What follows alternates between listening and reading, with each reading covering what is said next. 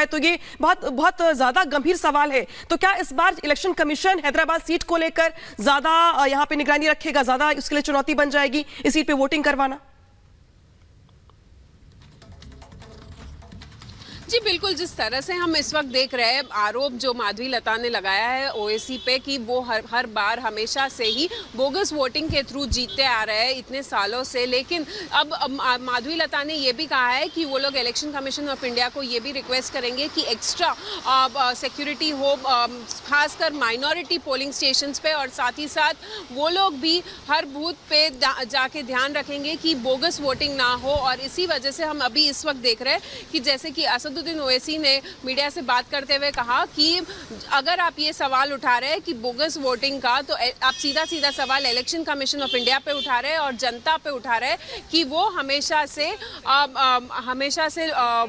Bogus votes के through जीता है। लेकिन ये गलत है, क्योंकि हर साल इलेक्शन कमीशन ऑफ इंडिया जो है वो डिलीशन करता है वोट्स की, जो गलत वोट्स है, जो डिलीटेड वोट्स है, वो भी निकाले जाते हैं। तो आप सीधा सीधा सवाल जो है वो इलेक्शन कमीशन ऑफ इंडिया पे उठा रहे हैं, ताकि और साथ ही साथ ओवैसी ने ये कहा कि इतने सालों से आप कहाँ थे जब अब आके ये सवाल उठा रहे हैं। तो अब हमें देखना होगा कि किस तरह से आगे चुनाव में प्रचार होगा और किस तरह से कांटे की टक्कर होगी हैदराबाद के पार्लियामेंट्री कॉन्स्टिट्यूंसी की सीट पे बात की जाए तो।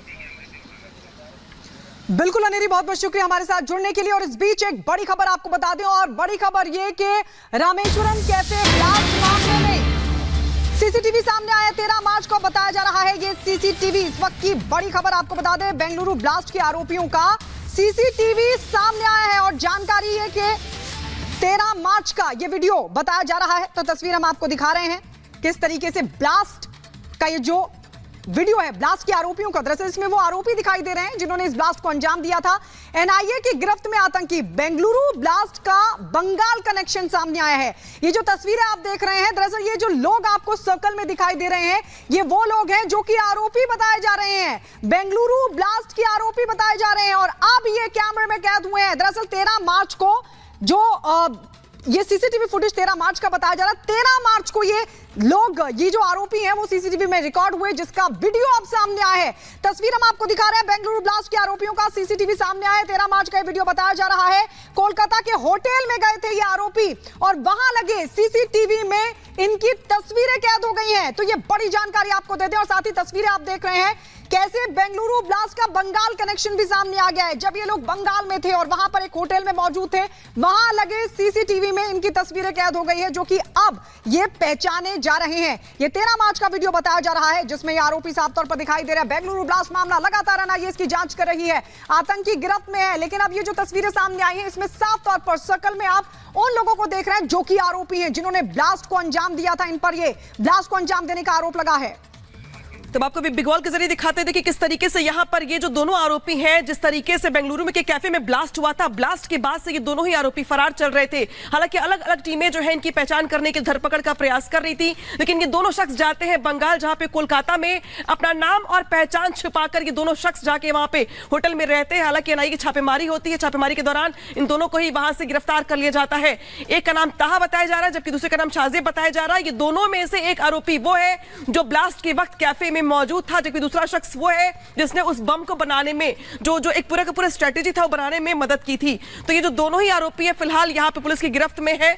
और यहाँ पे किस तरीके से देखिए, जो आरोपी हैं वो फिलहाल कलकत्ता के एक होटल में दिखाई दे रहे हैं साफ तौर पे, जहां पर वो अपनी नाम और पहचान छिपाकर रह रहे थे। लेकिन फिलहाल यहाँ पर जो पुलिस की ओर से धरपकड़ की गई, एनआईए की ओर से धरपकड़ की गई।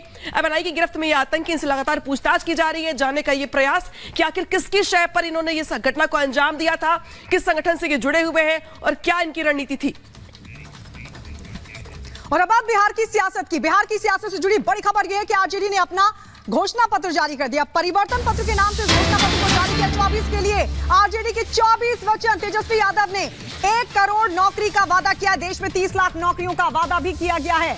आपको बता दें, बिहार को विशेष राज्य का दर्जा दिलाएंगे, ये दावा है तेजस्वी यादव का। अग्निवीर योजना खत्म करने की बात भी इस मैनिफेस्टो के जरिए कही है तेजस्वी यादव ने। तमिलनाडु की तर्ज पर आरक्षण की सीमा को बढ़ाने का वादा भी किया गया है। तो आपको बता दें, आरजेडी ने अपना घोषणा पत्र जारी कर दिया है और इस घोषणा पत्र के मुताबिक 21 वचन के नाम से जारी किए गए इस मैनिफेस्टो में नौकरियों का दावा किया गया है। 500 रुपए में देंगे गैस सिलेंडर, यानी मिडिल क्लास को भी कहीं ना कहीं सेट करने की कोशिश की है। अगर हमारी इंडिया अलायंस की सरकार बनेगी तो देश भर में 1 करोड़ नौजवानों को नौकरी, सरकारी नौकरी हम लोग देने का काम करेंगे। 1 करोड़ नौकरी पूरे देश में। पूरे देश में 30 लाख नौकरियां जो है रिक्त पड़ी है, उसको तो भरेंगे ही भरेंगे, लेकिन 70 लाख नौकरी का जो है पदों का हम लोग सृजन करेंगे।